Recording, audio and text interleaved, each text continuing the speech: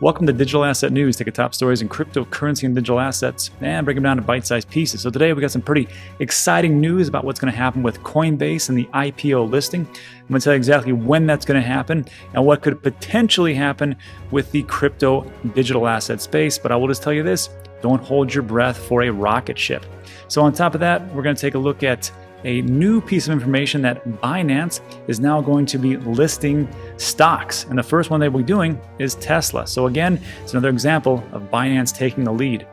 And then two stories I want to cover real quick, and that is that there's been a drastic reduction in the spam count in our comments section. I'm going to tell you exactly what that is, and if you are a YouTuber, just contact me so I can tell you so we can wipe out these spammers. And finally, there's some good information about what is going to happen as far as the deadline for taxes for America. And this little piece of information just came out and said, hey, you might owe some taxes right now on April 15th. So we'll take a look at what's going on in those two or four articles. But first, take a look at what's going on in the market. So today it is the 12th of April. It is 10:30 a.m. El Paso, Texas time. And we are doing great in our market cap as far as being over $2 trillion. So $2 trillion, the hottest assets right now on Twitter are Binance Coin, ARR, I don't know what that is, Solana, KCS, DAI, HTX, HV, and FTT, our FTX token. So just so you know, this is Trade the Chain. You can find a link in the description below. It's all about sentiment analysis and what is actually happening with the market as far as news stories. So just real quick, let me blow this up so you can see what I'm talking about. So Bitcoin, everything's pretty much up for the day, and Binance Coin is a big winner over the last 24 hours, up 17%, probably because what's going on with that listing, with as far as like listing stocks. And yeah, they really did a great thing. So that's pretty good. ETH's down a little bit, Bitcoin's up a little bit, XRP's still, 81% for the week. Watch out, it's pretty good. Tether, nobody cares. Cardano is up a little bit. Polkadot, Uniswap, wow, Uniswap 21%. That's pretty good. Usually because that version 3 is coming out or is out. So yeah, a lot of great things that are happening. But just look at Binance Coin. And when you're sitting at home looking at what to invest in, take a look at what is actually has a utility right now. Not what it says it's going to do, but what it's doing right now. Binance Coin is really doing those things. Bitcoin is a store of value. I think we can all agree there. Ethereum, you can build a lot of things on Ethereum. And of course, it's great for the swap. Not great for the price, but hopefully they figure that out. And Binance Coin, and that's why you got 1, 2, and 3. So that's how I see it. Anyhow, let's jump into today's top story. But real quick, let me do the projected range real quick and see if you're a trader out there, look at Trade the Chain, because the next hour, this is with 90% assurance. You got it's going to go up 5%. What is this? Rari governance coin. I don't know what that is. Haven Protocol, Stacks, Redcoin, Binance Coin, Beam, Trust Swap, like Sushi, all these things that I really don't deal with. So if you're a trader, just check out Trade the Chain, link in the description, 14-day trial, all that good stuff. All right, so let's jump into today's top story. So the Coinbase IPO, everybody's talking about it. It's going to be great. They think that on that day, everything will blow up, slow down. It doesn't usually work like that. Just because you have an IPO, people who are in this IPO or who got early access, sure, they're going to make a boatload of money. And the people, once it gets listed and they can buy it, yeah, it could go IPOs. It could go to the moon. It could just be stagnant. It probably goes up a little bit, but it'll fluctuate, and that's great for like traditional people who are like in the stock market. Maybe you yourself will get into it. I don't think I'm going to buy Coinbase stock. It'll probably do great. Doesn't really do much for me. I think I'll put into something else that will appreciate a little faster. Again, it could appreciate tons. I don't know, but remember that this really, to me, what it means to me is like a stamp of approval. Like, hey, here's your exchange, and it's all cryptocurrencies or assets, and this will kind of just lead all these people who are like naysayers, not just naysayers, but people like, I don't really know about this stuff, just to go, you know what? There's a publicly traded company besides Voyager, which is an exchange. Voyager is a brokerage that has actually been listed, and it has a high valuation, and a lot of smart money is getting into it. Maybe I should look into that. Maybe it's not just for drug smugglers and all that stuff that they talked to me about. Anyhow, so just so you know, this will happen on April 14th in 2 days. 2 days, wow. And again, the big thing is traditional finance. When when they see this happening, I think a lot of money is going to start to dump into cryptos and digital assets. But this is just the IPO. Once this goes through, I think potentially an ETF can actually actually happen. I'm going to tell you exactly why and some other pitfalls. So just so you know, Coinbase itself has 56 million verified users. That's verified users overall. Monthly users, it's like 6 million. And we covered this in a story about a couple weeks ago. And yeah, so 6 million monthly users, that's pretty great. 36 million verified users, that's fantastic. But they've been around for a long time, so I could see that actually happening. And they talked about how the value could be anywhere from $50 billion to $100 billion for Coinbase. Wow. Brian Armstrong's going to make a lot of money. By contrast, just to give a comparison, Intercontinental Exchange, or ICE, which runs a New York Stock Exchange, has a market cap of $65 billion. NASDAQ has a market cap of $25 billion. And here comes little old Coinbase. Hey, we're at $100 billion. Sorry, new kid on the block. And that's how it goes.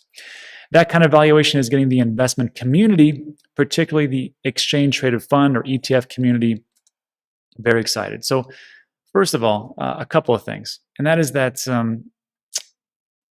I think if we take a look at, this is just what everything is compared to the world's money and markets and what it all is. If you scroll down, and I'll link this in the comment section or in the description. So stock markets, you got $89.5 trillion that is just kind of sloshing around there. And then money and global real estate at 270, how much is it? 280 trillion. Wealth is a ton. And then derivatives, futures, that type of thing, like almost a quadrillion or at least 500 trillion. So when we talk about these traditional money players, this is where all the money's at. This is where it all is. And this is where we have to extract that money from them doing goofy things, not financial advice, that they can get into our market. And so when we talk about like our cap of $2 trillion, remember 1 year ago, we were at like $200 billion during March of 2020.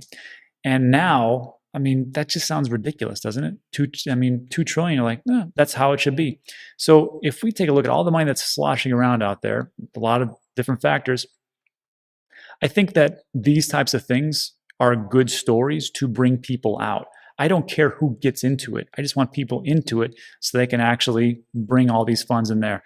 Now, if they want to keep playing in those markets and do Forex trading and all that crazy stuff where they get a 0.05% per day, have fun. But it sounds awful to me. So again, I think it's going to be great. And this is all about really transitioning from the IPO to the ETF market. So this talks about other tech ETFs, particularly Kathy Wood's ARK FinTech Innovation, as well as Global X FinTech ETF FinX will also be likely buyers. And that is just the beginning. We will see many more ETF firms filing for crypto type funds. So there's two things. ETF type funds or hedge funds, sure, they can get into it and they can put it in a basket, whatever else. But if we take a like an ETF, like a traditional ETF, that's going to be hopefully coming through this year. I've talked about this in the channel. I never really thought it could actually happen, but with things that are going on and the institutions really getting into it, then you got Gensler, who's going to be hopefully confirmed very soon, who taught blockchain and cryptocurrency at MIT. I think this could be, it could actually happen, which would be fantastic. And then to me, I'm like, who cares about an ETF, right? Because I always make the mistake of everybody's like me, like, well, everybody just go down to Voyager or go down to Gemini or go down to Coinbase and just pick yourself up some Bitcoin. You don't have to be an accredited investor. Just put $25 in, dollar cost average. What's the problem? And I didn't really get it until I talked to a couple friends, Alex Mascioli and Ryan Gorman over at Trade the Chain. And I listened to also an article, or it was, I think it was Pompliano's podcast. And he had Kevin O'Leary from Shark Tank. And he was talking about how, like, look, you don't understand it. If I could just have an ETF and then I could roll my, millions of dollars in there, not everything, right? But, just a paltry couple $1 million. And I could put that into an ETF, that'd be great. Because he was like, it doesn't make any sense for me to go to an exchange where it doesn't really physically exist. And then I have to they're going to custody it maybe, or I'm going to put it on like a little device like this. This is going to be a couple $1 million. You out of your mind? And we're like, yeah, that's exactly how it is. So for him and the rest of the people like him, that doesn't compute. They need an old style ETF, so where someone else can just do all the work for them. They just dump money in and go, make me some more money. And that's what rich people do. Here's a bunch of money, make me more money. And an ETF is what they're used to. So let's just give them what they're used to. It's just like every other business out there. You have a customer, this customer wants this thing, you give them that thing, and they do the thing that you want to do. It's so simple. I don't see why businesses just don't do that. So with this ETF, again, like the little graph we just took a look at, there's a lot of money sloshing around there. And if we can just get an ETF, then a lot of more people will be like, all right, I'll get into it. Now, the smarter ones, the earlier adapters, they're already here. But I think there's a lot of people on the sidelines just waiting. That's how I see it. Anyhow, so that was the good part, right? Here's a couple things that I think you should know. First of all, ETF solves a lot of problems we just talked about. It's like a stamp of approval, all we were talked about too. This was interesting. The gold ETF changed the world when it came out in 2004. It made it easy to own gold as an asset class. And I was like, really? Couldn't you just pick up some gold bullion at like Circle K or something like that? Apparently not. Apparently it's very tough. And 2004, I'm like, well, what did that ETF do for gold? Interesting enough, here's a nice little chart of like 30 years. So we're like 1972, 40 years, I guess. Wow, I'm getting old. And then, Nixon took us off the gold standard and kind of went up. People could get it. And then in 2004, right around here, around here, May 12th, 2004, somewhere around here, right? This is when that ETF was launched. I don't know the exact date, but if you take a look at 2004, look at 2005. And 6, and 7, and 8, 9, 10, 11, 12. Then there's a drop off, and then here we are back again. So again, ETF really did do that, and I'm sure gold bugs were like, what's the problem? You can just go down to wherever and get yourself a gold bullion. I don't see the problem. And it's the same thing with me. I'm like, what's the problem? Just go down to your local exchange, sign up. It's online. Use your phone and put it in there. People are used to that. Give them an ETF. That's it. So I will say this though, those gold bugs. I own gold and silver, just so you know. But when I see stuff like this, I'm like, wow, went up from $1,500 in 2012, almost to $2,000 in 2020. What a huge deal, right? Anyhow, I'm not going to get rich off gold, just a hedge. And I hate the people who always talk about like, you got to own gold because, economic collapse is right on the corner, and Mad Max, Thunderdome, and EMPs. Sure. Anyhow, I own gold, but get real. So going on, several weeks ago, and this is kind of like the negative part of it, right? So we want an ETF. The IPO is going to do well. Several weeks ago, the SEC acknowledged the receipt of Van Eck's Bitcoin ETF application, which set in motion a 45-day regulatory review period. Great. At the end of the period, the SEC must approve, deny, or punt, or like just go out for another 240 days. And then what most people believe is that even though it's, you've got Fidelity, they're trying to get their ETF. You got Van Eck, which were big traditional players in gold, and now they're into Bitcoin. They're just going to punt it down the road, and 240 days, then they'll just they might deny, they might approve. Hopefully they approve. Again, we got Gensler in there, so who knows. But the thing is, we've been waiting this for a long time, and I remember there's been videos about this before, and it never happens, but I think we're close, and here's a couple reasons why. A few years ago, there was no regulated futures market. Now there is, and the volumes are pretty darn high. There was also no regulated custodians with insurance. I think that's big because the SEC's job is to make sure that people are protected, whatever you want to say to that. And now there is custodians with insurance. So again, I think we're on the right track. Maybe this actually happens. And if it does actually happen, I know some people think it's not going to be a big deal. I kind of think it will because of what we just talked about with all this trillions of dollars just sloshing around, and it could be enormous. Anyhow, let me know what you think in the comments section. But lastly, I will just say this. If you think everything's going to happen on April 14th when the IPO comes about and everyone's like, give me Bitcoin and give me Cardano and give me Tron and give me Tomato Coin, it's not going to happen. It's just like marketing. You got to see it a lot of times before you actually buy it. But this gives us legitimacy. And that's why I think that 2021, towards the end of the year, we're going to see fireworks. Let me understand in the comment section. Let's move on to our next piece. Real quick. Binance is pretty awesome. Let's be honest. I wish I could have gotten in a Binance coin. I'm in America. I can't do it. You got Binance US. I'm in Texas. You can't do that either. So, I mean, maybe it's changed. I'm not for sure. But I remember when I tried to get Binance US, like, sorry, Texan, you're not going nowhere, which is why I'm probably going to move to Puerto Rico. Anyhow, so this was something that Voyager was talking about doing, about going crypto to stocks, and I thought it was fantastic. And then all of a sudden I see this, I'm like, damn, they lapped them already. So Binance is going to offer up digital tokens that represent fully backed shares of equity stock, and they're going to do Tesla to start it off. And to me, like, I know there's slight differences in actually owning the stock and then the digital tokens of the stock. But if you're trying to make money, I don't see the big thing, right? So of course, people in the comments will tell me what a moron I am and that doesn't really make sense.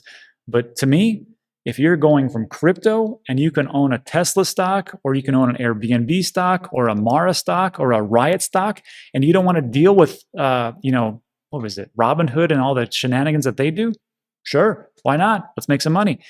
So I think it's pretty good. So again, if you're looking at what your token does, take a look at what it does right now. Let me know what you think in the comment section. Let's move on to our last two pieces, just so you know, not to toot my own horn. Not really, but I try to do the things I say I'm going to do. Like we used to do scam of the day, and now what I try to do is like clean up all the scammers. I had my assistant, and she would go through and wipe some things out. It was just ridiculous because they would just come back and put more in. So a company contacted me and go, look, we want to help clean this up. And this is just ridiculous. I go, sure, let's give it a shot. And like the first couple weeks worked out pretty great. It was like 70% reduction. I go, you guys got to tweak it and make it even better. And they did. And now we got a 90 to about 95% reduction in spam comments in our comment section. Because here's the thing, YouTube ain't going to do it. So it's up to us. So I was like, well, let's do it. And we did it, works out pretty well. If you look at my comment section as compared to like other comment sections in other YouTube videos, you'll see it's pretty clean. It's not perfect. It can't be perfect. It's very hard to do that. But I think we might be able to get to near perfection as time goes on. So this is just my commitment to you, because I don't want you to go through all the scams. I don't want you to be screwed over. And on top of that, I don't want you to have to like go through all these spammy, crappy comments all the time. Just be like, oh, call my WhatsApp, blah, blah, blah. It's stupid. So if I can do that, great. If you are a YouTuber, reach out to me directly at Dan Digital Asset News with an S at gmail.com. Or for all you guys who already DM me, just DM me. I've already got you in my DMs. Oh, one more thing. If I don't reply to your DM in Twitter, I get like 100 DMs a day, and it's very tough. So the best I can do is get to you at some point. Sorry. And then last thing is, so that's the comment section. But there's also scammers. I don't know how the hell they did this, but there's somebody with the Gmail of Dan Digital Asset New without the S. dandigitalassetnew@gmail.com. And that is not my email. My email is dandigitalassetnews with an S at Gmail. So I need you to do me a favor. If you get something from this piece of trash, could you take that email, and every email account that I know of, there's like a spam folder, or you can label it as spam. Label it as spam, because he's on the Gmail domain. If you label it as spam enough people do that, then he will get his email banned or taken away or reduced or something. So please do that, so I don't have people going, hey, you scam me. That always sucks. And let's not scam people. So please, that would be great. Anyhow, let me know what you think in the comments section. And again, if you're a YouTuber, reach out to me. I'll give you the information for this new company, and I'll give you the introduction. All right, so that's it for and then we'll move on to the last piece, which is this. This scared the hell out of me, because I was like, I didn't know I had to do this. And I was actually just researching for a couple of articles, because I was going to shill Crypto Trader and iTrust. That's right. Hey, it is what it is. I don't lie to you. So with this one, I found this article, and this is what it says. I was like, damn it. This is only for Americans, just so you know. The deadline to file a 2020 individual federal return and pay tax has been extended May 17th. So that's why I've been talking about it on this channel. Like, I think that usually crypto universe does pretty well in right after April 15th, because Americans all pay their taxes. I know America is in the whole world. I get it, but we're a kind of a good-sized chunk in the crypto sphere. So like people like me, we don't have time to, or don't have the funds to actually put more in. We got to actually take some out and pay our tax. That's just how it is. So usually you see at the end of April, May, then things start to really shoot up. So I think that this is going to be great. especially with the Coinbase IPO and maybe an ETF gets approved, who knows? Then we start to see May, June, July is going to be just bananas. So that's what's happening. But this was what was interesting. Most states are following the extended federal deadlines, and a few have adopted even more extensions.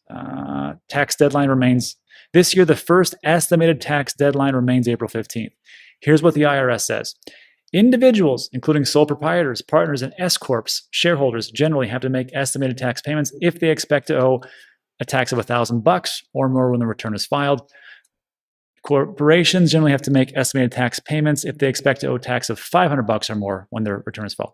So just so you know, reach out to your CPA or to the place you do your tax and go, is this true in my state? Do I have to pay right now? And then I can file in May. I always ask for an extension and file in October, but I still got to pay. So that's just how it is.